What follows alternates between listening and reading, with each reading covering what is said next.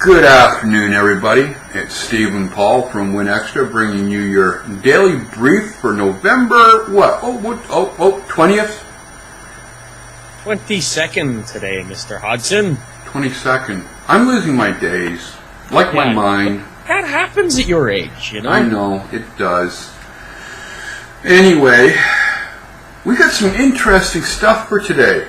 Kind of came in at late notice. Yes, because some sort of last-minute stuff that is some very cool videos we're going to get to show you. Yeah. But sort of sticking on a more productivity line before we get into sort of the coolness. Google has released a service. This is DocBurst that they purchased last year that allows Microsoft Office integration with Google Docs. Okay, everybody jump up and down. Hodgson goes, okay, well, Hodgson doesn't use Google Docs. But if you're like me and you do use Google Docs and you do happen to have Microsoft Office and he does happen to look like a gray-haired Canadian plonker, this is essentially what it is. It's an add-in that you add into your Google Office, and then multiple people can edit your docs into Microsoft Office.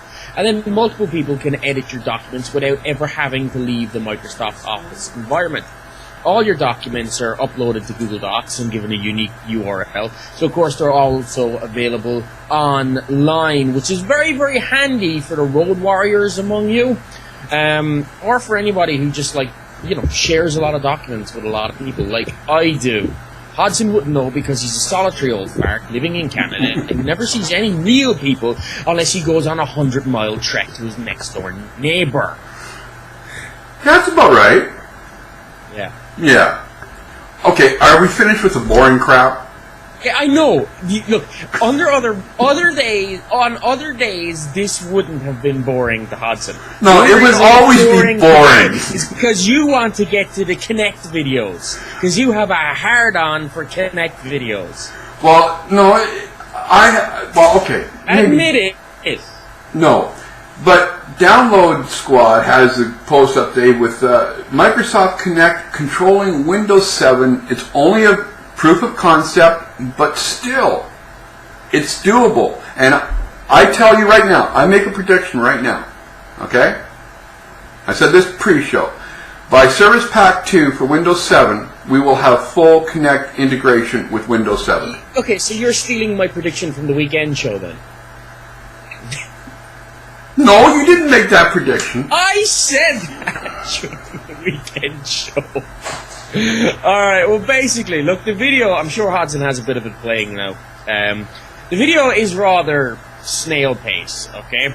But it is proof of concept of Windows 7 being fully controlled by Kinect. Now, obviously there's a few shortcomings here because they're not using keyboard and mouse, which would obviously be part of your control package as well. But what really struck me as interesting in this is if you follow through the link in the show notes, back to the information about the company Evolus, who have designed this. Yeah. It turns out they've been working with Microsoft for the last year on Windows 7 integration of Kinect, on Control. Now, that, of course, gives massive credence to what Microsoft said the other day when they came out and they said, look, the Kinect has been open by design, and it's something that we've been saying since the Kinect hats have been coming out, which is that, look, these aren't hats, these are people just plugging it in and accessing the API to talk to it. And, the fact that they have third-party companies working on this for the past year just goes to show that is actually correct. But apparently, what's his face? Alex Kipman and Shannon Loftus from the Kinect team from Microsoft were on NPR, and they were talking about this, and they were talking about how excited they are about the different ways people are starting to use Kinect.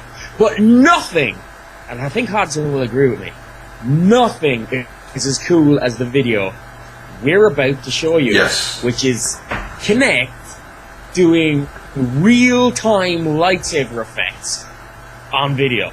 I know. It is. When I first saw this, I went, holy crap. I didn't catch on right at first that the guy was actually holding a broomstick. You can see it in the little mirror at the bottom. But in the video that he on the screen, it's an actual lightsaber. Yeah, this is beyond epic, you know. No more photoshopping in lightsaber effects. You can imagine George Lucas just sort of going, okay, well, this is how I make my next Star Wars film. Yeah. Screw you, screw you, industrial light and magic. I don't have to pay you hundreds of thousands of dollars just to get like 5 minutes worth of lightsaber footage. Now I can have Kinect do the lightsaber footage.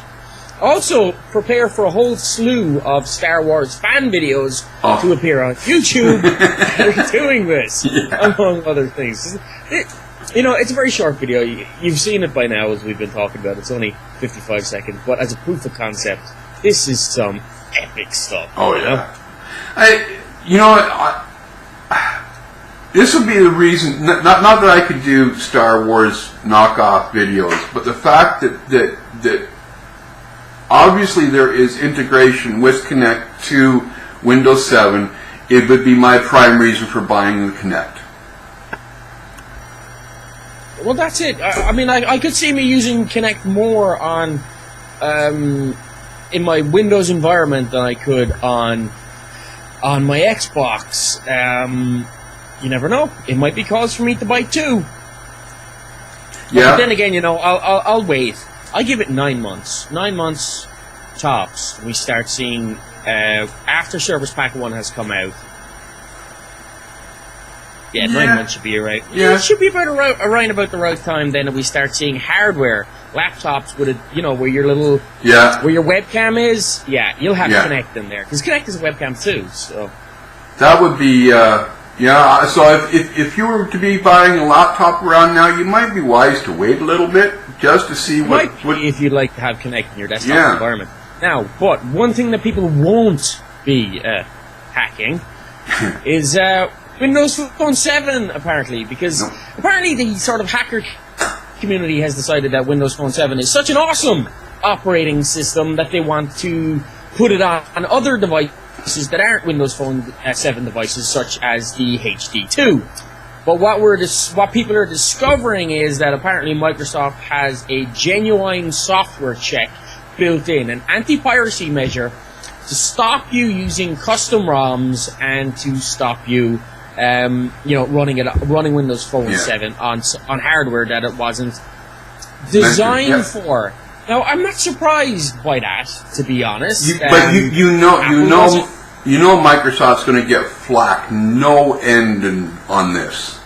Why should they? I mean, let's be serious. It's like people buying Windows and pirating it. It's exactly the same thing. It's Microsoft's operating system. You're talking about taking it off one phone and putting it onto another. Yep. Apple doesn't let you do this. Apple actively stops you jailbreaking your phone.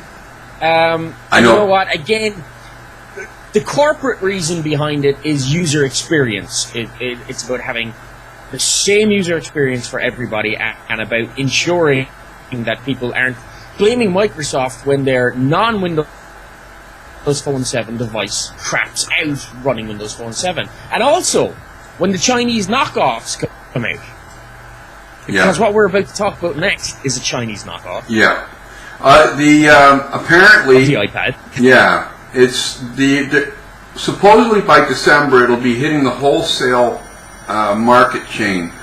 But a Windows 7 iPad spec sheet that reads like a supercomputer. Like, the sucker's loaded to the nines on this. This is the Haleron 9.7-inch multi-touch tablet. It's coming out of China. Now, it can run Windows 7, Android, Google OS, Chrome OS, and basically anything under the sun. But the list of specs on this thing is unreal. For once, we're going to run through the full specs, I think. Right, 9.7-inch, 1028 by 768 IPS LED backlit capacitive touchscreen, much like the iPads. 16 gigabyte gig internal SSD.